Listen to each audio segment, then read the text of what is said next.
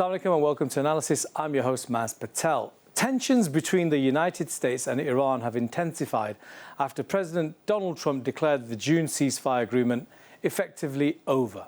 The deal was intended to reduce hostilities, protect shipping through the Strait of Hormuz, and open the door to further diplomatic talks. However, recent military exchanges have placed the agreement under serious strain. Speaking at a NATO summit, President Trump accused Iran of breaching the ceasefire and questioned the value of continuing negotiations. Iran has rejected the claims, arguing that the United States violated the agreement through renewed military action and sanctions. Now, both sides have exchanged accusations following a series of airstrikes and counterstrikes. The US says its actions were in response to attacks on commercial shipping, whilst Iran has warned it will respond firmly to any further attacks. The collapse of trust has raised fresh concerns about regional stability, global energy supplies, and the future of diplomacy between Washington and Tehran. Let's watch this. Is the ceasefire done? Is the MOU dead? To me, I think it's over. I don't want to deal with them anymore. They're scum. As far as I'm concerned, it's over. That was U.S. President Donald Trump on Wednesday, saying an interim agreement meant to end the war with Iran was effectively over. His comments came as the U.S. military said it was launching another wave of strikes on Iran, marking the latest escalation in the conflict. U.S. Central Command said the attacks were designed to degrade Iran's ability to threaten shipping through the Strait of Hormuz, a vital route for global oil supplies.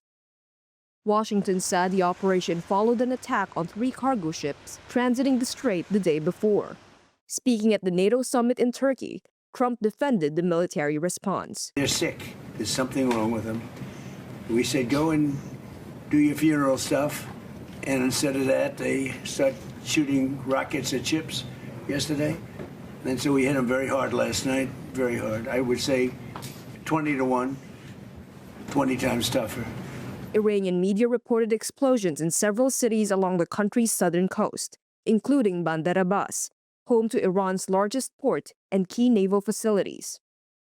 Iran has not claimed responsibility for the ship attacks and has responded with a second day of attacks on Kuwait and Bahrain, both home to U.S. military bases.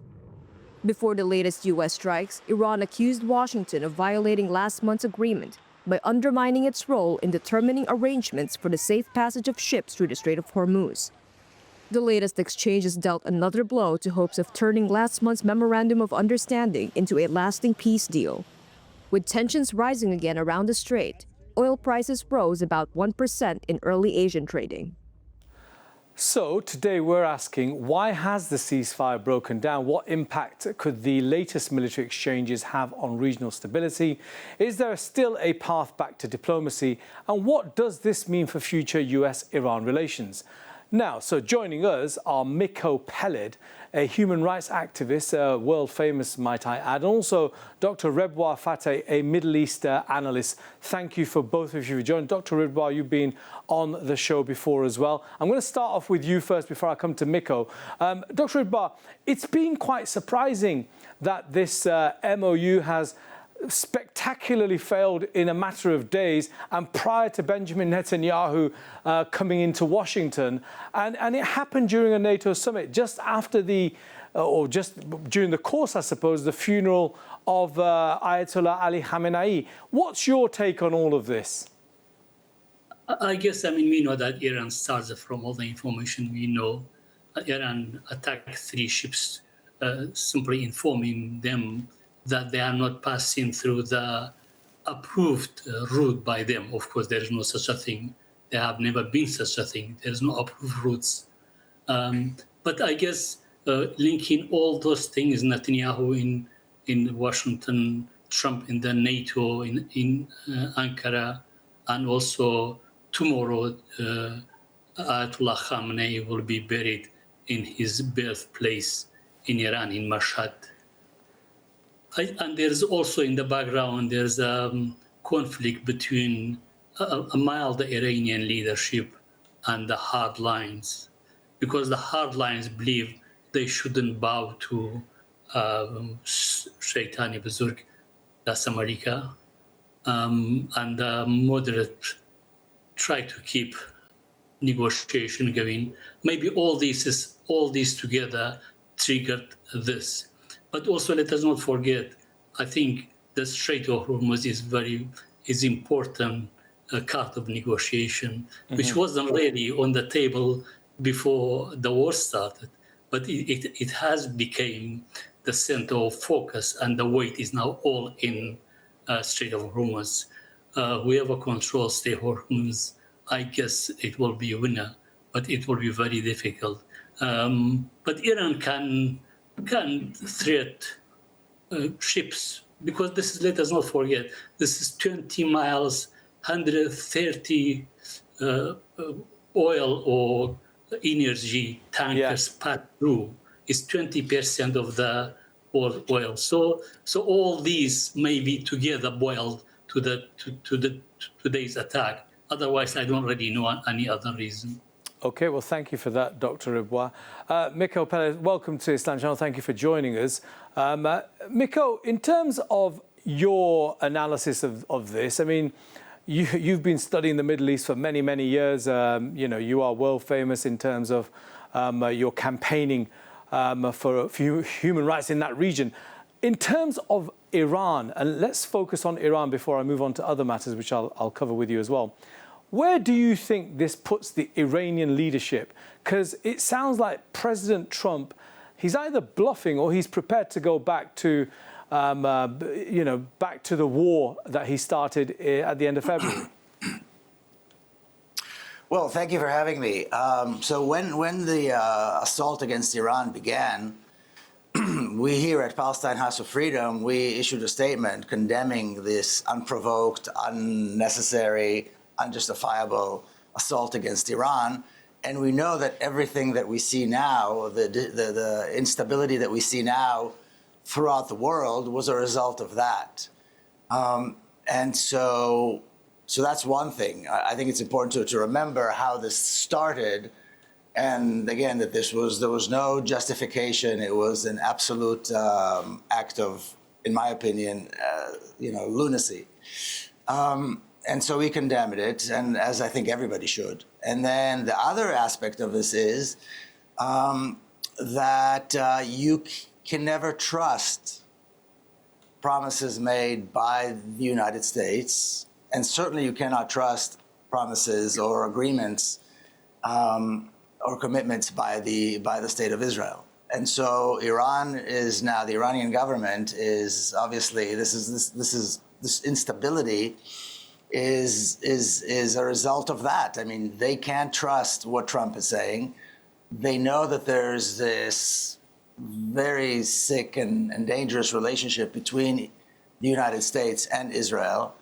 They go back and forth on what they want to do. We know that Israel wants to continue attacking Iran. They want to continue attacking Lebanon. And of course, Iran wants to prevent that from happening. They want to stop the attacks in Lebanon as well. So, it leaves everybody in a state of limbo. The entire world, not just Iran, is in a state of limbo because the partner with whom they are negotiating is the partner that initiated this unjustifiable war, and the goals of the war are not clear to anyone. What were the goals of attacking Iran? There's really no clear answer to that because nobody knows. Yeah. They changed their mind about what it might have been or might not have been, but clearly it was unprovoked and unnecessary. So, I think historically, throughout the years when the U.S. and Israel have been threatening Iran, and this is going back, many, many years, and through the attacks on Iran, the Iranian government has acted with restraint and responsibility. And that is why things are not worse than they are at the moment. But again, since Iran does not have a partner with whom they can honestly have an agreement or even discuss an agreement, it puts the Iranian government and the rest of the world in a state of limbo. Okay, thank you for that. Dr. Ribois, Miko says it puts the rest of the world in a state of limbo. Markets were recovering, oil price was going down.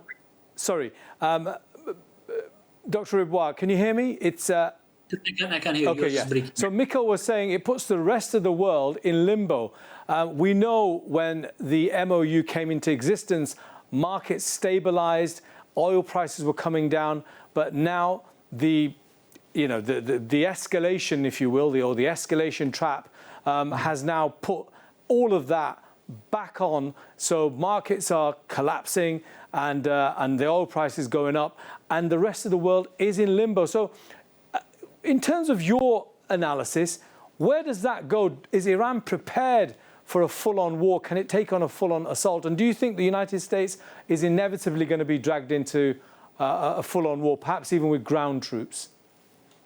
I don't think there will be another full round war because I know, as my friend said, the goals of the war keeps shifting. I mean, it started from the getting rid of the Iranian Republic to, I don't know, a proxy war and the rest of them. But now we are in a different place. Definitely, they cannot afford, the international community cannot afford a full-scale war because just in case Iran become destabilized and we know what sort of disaster that will mean to the region and also to the international community, in particular Europe and the neighboring country. Iran's population about 91, 95 million people. Yeah. It's not Iraq, it's not Syria. This is a deeply rooted civilization in history. I believe if the war did anything, it really united Iranians together. But Dr. Ribois, just to interject then, do you think this is just a series of confrontations to get towards the end goal of a final agreement? You did say that, they want to have some control over shipping and whoever controls the strait is going to be the ones who are declared as the winner, I suppose, or considered the winner. Is that all playing towards that? I believe it's the war of control, in particular control of Hormuz, but I don't think I don't think we're going to see tonight Iran has been attacked from every point and so on. Not the ones we have seen before. Even last night, they attacked 60 sites. They are mostly military sites controlled by Republican guards. So it wasn't like oil installation, roads and bridges and so on. No. So I think it will remain at this level, and both sides try to have better say in who's using the state of Hormuz and under which conditions. Okay. Mikko, in terms of the wider Middle East and the impact that this war is happening, do you believe that, like many do, but what's your opinion in terms of how catastrophic this mistake was for Donald Trump to follow Netanyahu's call to war against Iran, and how terminal is the American decline, if you indeed consider the decline to have begun, as many do? Well, to be honest, throughout the years when threats were being made to attack Iran, both by Israel and the United States, whenever I was asked whether they will ever attack, my response was always no, because I assumed they were not quite that mad, that they were not quite that reckless, that they would go ahead and attack Iran, because they can't win. Attacking Iran there's no strategic or tactical benefits in attacking Iran. It would be catastrophic. So I never thought they would. When they did, I was really shocked. And I think what we saw in the latest, not the latest, but when the war was in full force, that Iran can cause a great deal of damage to the United States. And even though I believe they acted with great restraint, we saw what their capabilities are, even when they are restrained. Yeah. So will these two reckless regimes, the United States and Israel, which I believe are completely reckless regimes, as they've shown, what they will do, will they continue? We don't know. But what is absolutely clear is that the destabilizing the region is certainly an objective of the state of Israel. It always has been.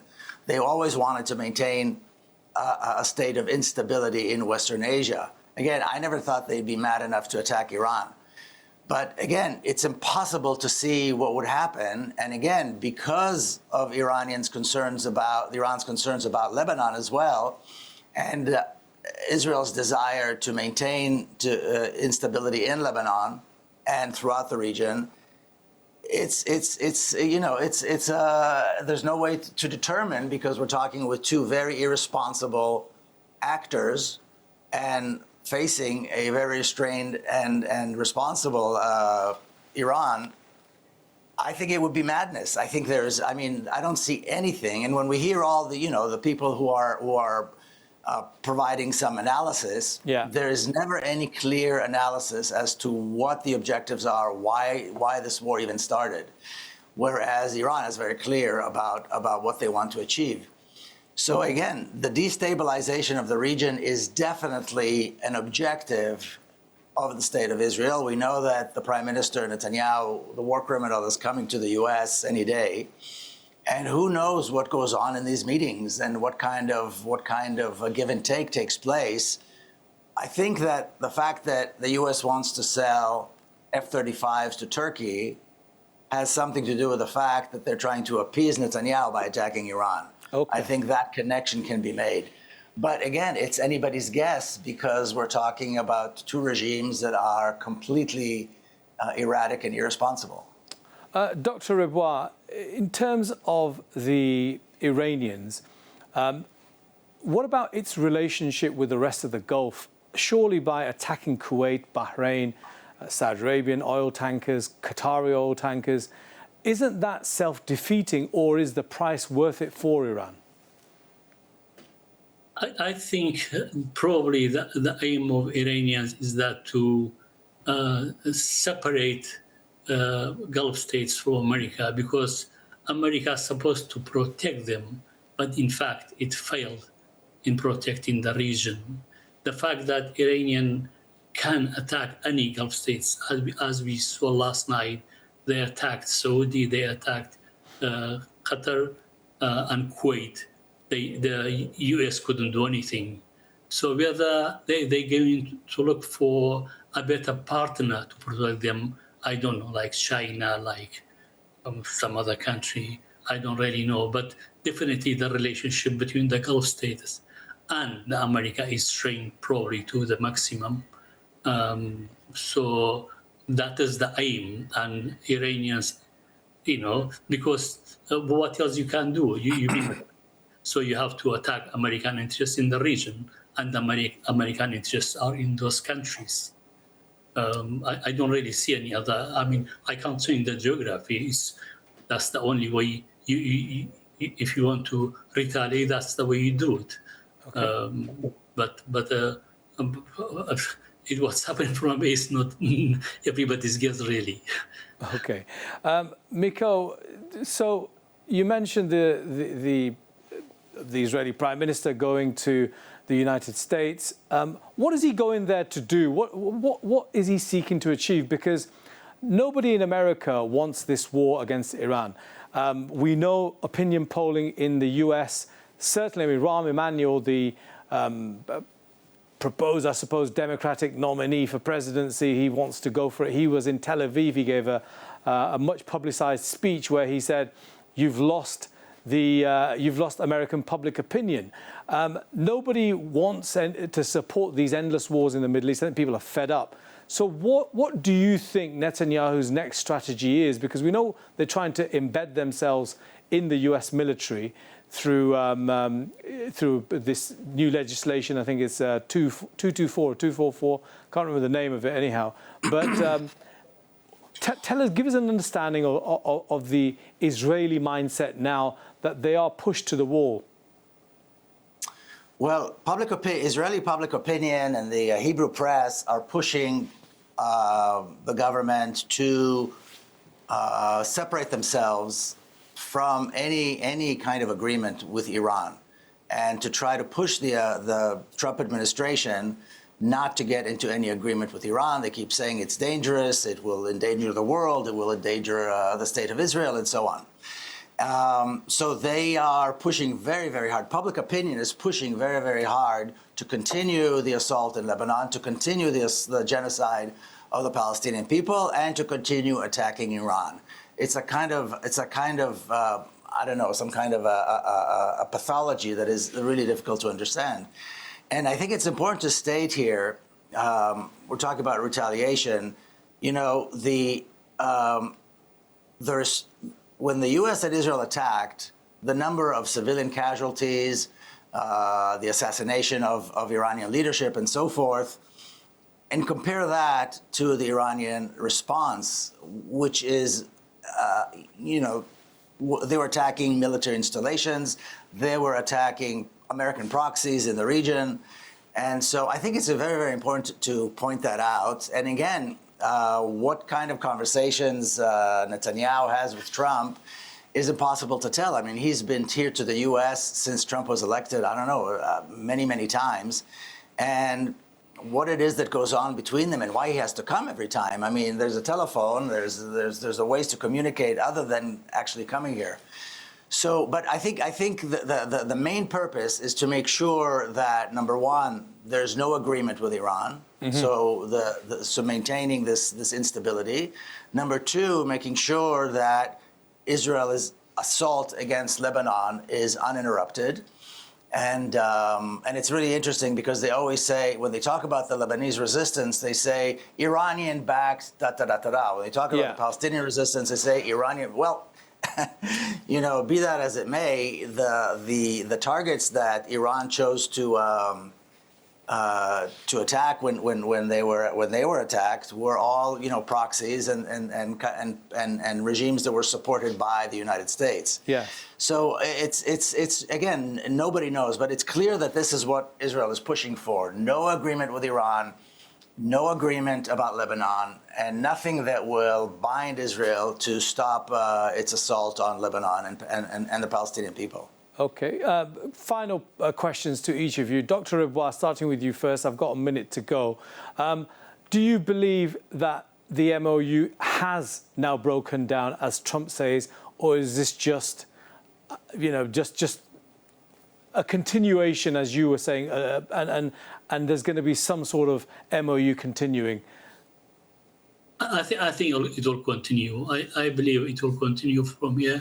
Whether they gain back to the negotiation table to have another MOU, I don't know. But from all the collections and from all the what observers say, the MOU wasn't really well defined this time. Okay. It was, as I heard, it's done by unprofessionals. Thank you, Doctor. And Miko, final question to you is, in terms of where Iran is and how it's withstood the US attack and obviously projected itself onto the world stage, having a huge lever, do you think it'll keep control of the Hormuz Strait? What's your inkling telling you?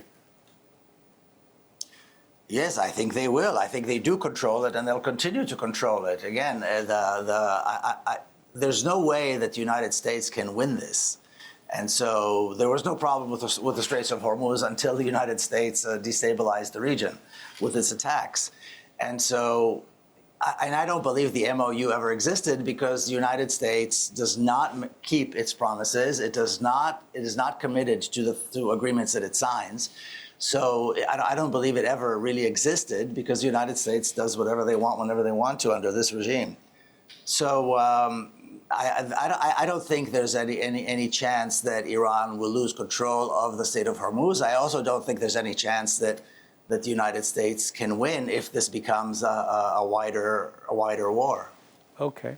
Well, Miko, really appreciate you coming on for the first time I've had you. It's a real pleasure to be speaking with such a distinguished person. And I'd like to invite you onto more shows. And Dr. Rebois, as always, thank you so much for joining us and giving us your opinion on what's going on to let our viewers have a better understanding of the world. I'm afraid, folks, that's all we've got time for today. My thanks to both of our guests. And do watch me and this channel and also Analysis for future episodes. But for now, have a great evening.